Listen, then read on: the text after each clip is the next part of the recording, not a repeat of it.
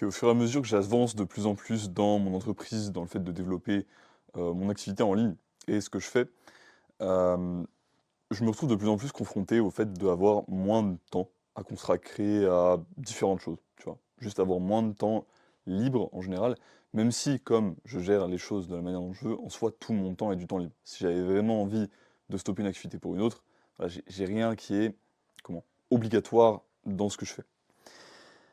Ce qui est une bonne chose déjà d'avoir cette liberté-là. Mais tout de même, comme j'ai beaucoup d'activités qui m'intéressent et comme j'ai beaucoup de choses sur lesquelles je veux progresser qui prennent du temps, ben, j'en viens à toujours me poser cette question quand je suis devant une autre activité que je dois faire ou que je veux faire, du ROI, du retour sur investissement. Donc ROI, c'est Return on Investment, excuse-moi, mon anglais n'est pas très réveillé aujourd'hui.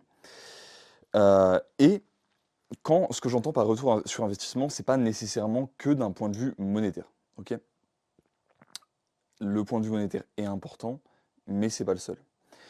Et déjà, avant de calculer le retour sur investissement des différentes activités que tu vas faire dans ta journée et que tu vas faire dans ta vie en général, il va falloir être strict sur les deux catégories d'activités que tu vas avoir dans ta vie.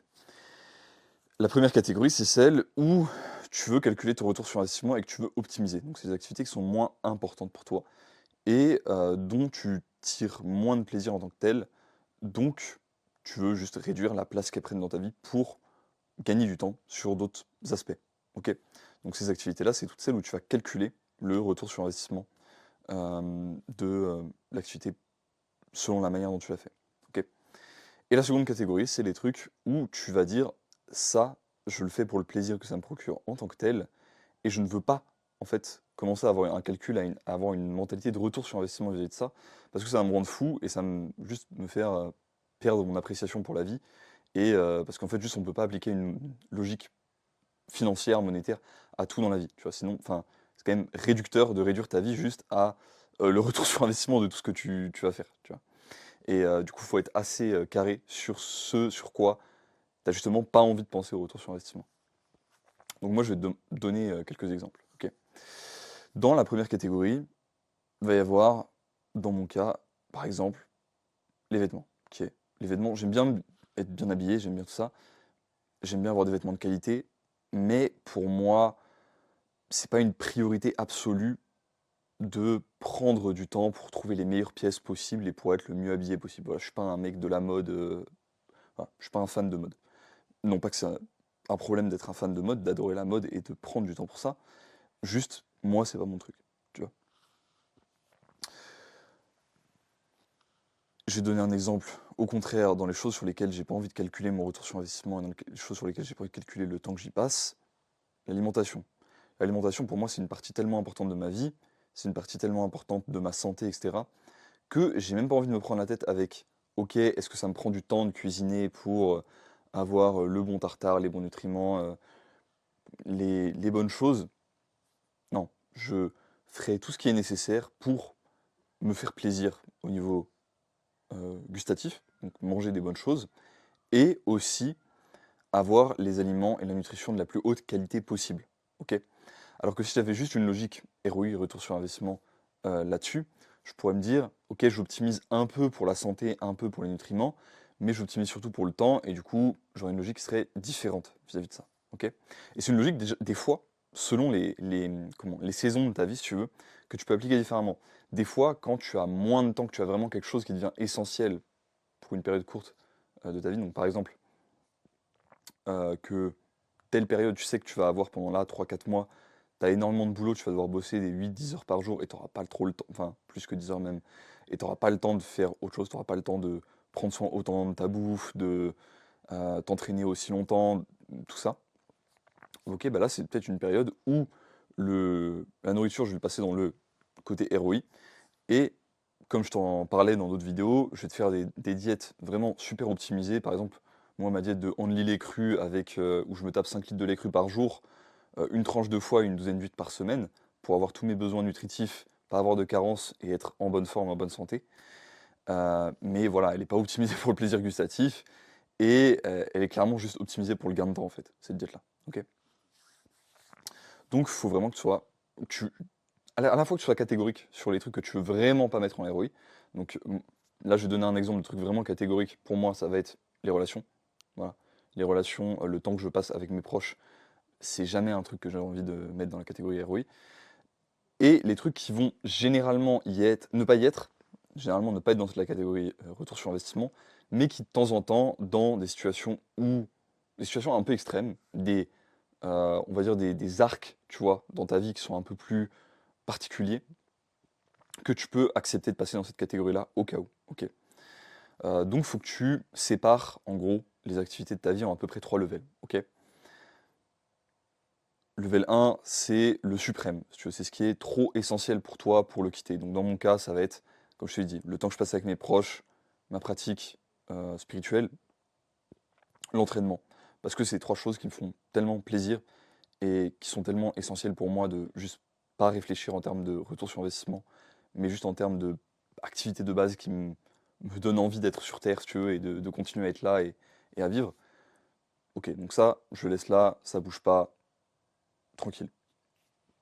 Ensuite, tu vas avoir les activités ROI, enfin qui peuvent passer en ROI en cas extrême, mais que tu as envie de garder dans tes plaisirs quotidiens si tu peux. Donc dans mon cas, c'est le fait de justement prendre du temps pour cuisiner, lire. Lire, tu vois, c'est quelque chose que généralement je vais faire un peu tout le temps, si tu veux. Je vais faire un peu tout le temps pour ma progression long terme, etc. Mais s'il y a des phases où je dois énormément travailler et où je dois un peu remettre ça en arrière, si tu veux, la quantité de lecture que je fais au jour le jour, bah, je vais le faire, tant pis. Donc voilà, lire, le temps que je vais passer, par exemple, à me trouver des vêtements de qualité, ce genre de choses. Et ensuite, tu as la catégorie ROI, où là, bah, ça va être juste tous les trucs que tu veux optimiser au max pour que ce soit le plus rentable possible au taux horaire. Et du coup, maintenant, en fonction de ces trois catégories-là, ok, ce que tu vas faire, c'est que en fonction du revenu que tu fais, du revenu que tu gagnes, de manière mensuelle, de ton taux horaire, etc., bah, tu vas savoir quel truc tu peux optimiser, tu vois. Donc, par exemple, si tu es pété de thunes, ok, tu es pété de thunes, et du coup, dans ton cas, je sais pas, on va dire que tu fais 20K par mois. Ok, 20K par mois, c'est très confortable. Et tu as envie d'avoir des vêtements tissus 100% naturels, qui fit bien, et juste qui te plaisent, tu vois, que ce soit joli. T'es à un point où tu fais assez d'argent pour que toi ce soit juste rentable d'un point de vue retour sur investissement de temps, si tu veux. De aller vers les meilleurs producteurs de vêtements en tissu naturel que tu trouves, alors que ce soit sur internet ou en physique, dans la ville où t'es, et juste acheter des trucs qui fit bien chez eux direct. Ok. Certes, ça va te coûter plutôt cher, je sais pas, ton pull il va te coûter 100, 200 balles, 300 balles, au lieu de te coûter, si tu prenais le temps comme quelqu'un qui a les mêmes, disons, critères qualité, c'est-à-dire qui veut des vêtements en tissu naturel et être en bonne santé, pas se rendre infertile avec son polyester de con et ce genre de choses, en ayant les mêmes critères qualité, tu pourrais trouver un pull à 20 balles, tu pourrais trouver un pull à 10 balles, ok. En fripe, tu passerais probablement des heures, tu passerais probablement pas mal de temps, surtout pour trouver un truc qui fit bien. Et pour refaire toute ta garde-robe comme ça, avec que des vêtements de qualité, etc., sur du long terme, ça va prendre en vrai beaucoup d'heures, tu vois. En vrai, ça va prendre beaucoup de temps, on va pas se mentir. Du coup, si tu es dans le cas où bah, tu as beaucoup de fric, pour toi, le plus rentable, c'est quoi? C'est juste d'acheter chez les producteurs en neuf, de pas te prendre la tête de faire tout le travail en fripe, tu vois. Si tu fais 200 de l'heure et que en faisant 3 heures de fripe, tu économises, on va dire, je sais pas, l'équivalent de 200 euros de, comment, d'argent que tu aurais gagné en achetant en neuf, enfin vis-à-vis d'acheter en neuf, bah ouais, ça vaut pas le coup d'aller en fripe, tu vois, ça vaut juste le coup d'acheter en neuf. Mais la majorité des trucs que tu as à faire dans ton quotidien, donc que ce soit justement la bouffe, les vêtements, le transport, ce genre de choses, quand tu es à un stade où tu gagnes pas beaucoup d'argent, bah, tu gagnes énormément à tout faire par toi-même. Ok. Tu gagnes vraiment énormément à tout faire par toi-même. Et justement, il faut que, au fur et à mesure des petits level up que tu te tapes, bah, tu fasses aussi des level up sur tes gains de temps et sur les trucs sur lesquels tu gagnes du temps et les trucs sur lesquels tu gagnes pas de temps. Voilà, bon, j'espère que cette vidéo elle t'aura apporté quelques éléments. Pourquoi je t'ai pas fait de calcul précis ou d'explication précise sur chaque activité, comment tu peux l'optimiser, etc. comme te l'aurait fait par exemple un Hormozy ou ce genre de personne. Bon, déjà parce qu'on ne vit pas aux US et que du coup les critères chez nous, enfin l'argent chez nous que tu vas dépenser dans tel ou tel truc, que ce soit Uber Eats ou je sais pas quoi, va être très, très différent. Aussi parce que selon ton style de vie, ça va être très très différent les gains de temps et les gains d'argent que tu vas faire en fonction des gains de temps. Tu vois, typiquement, quelqu'un qui mange de manière classique, qui se prépare tous ses repas, etc., va peut-être passer, je sais pas, on va dire 10 heures par semaine, en vrai c'est plus, on va dire 20 heures par semaine, à cuisiner, ok? Et le fait de passer de ça à tout commander par Uber Eats, ça lui coûtera, je sais pas, 300 balles de plus par mois, on va dire, et ça lui fera économiser 20 heures par semaine, ce qui est énorme.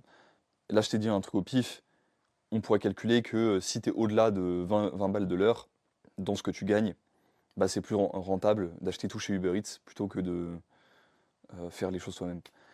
Sauf que le souci avec ça, c'est que bah, ça c'est très très dépendant sur le type de diète que tu as. Et que voilà, juste c'est très dépendant sur le type de diète que tu as. Du coup, il y a des diètes avec lesquelles juste tu vas pas gagner de temps du fait de commander les choses directement ou quasiment pas gagner de temps. euh, et en plus, tu vas perdre pas mal d'argent. Et c'est pour ça que je t'ai donné un peu les guidelines, si tu veux, de comment moi je gère ce qui rentre dans telle ou telle autre catégorie.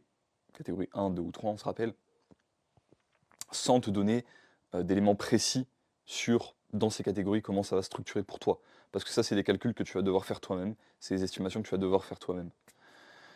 Voilà tout. J'espère que, encore une fois, je t'ai apporté de la value. Je te dis à la prochaine, peut-être à demain.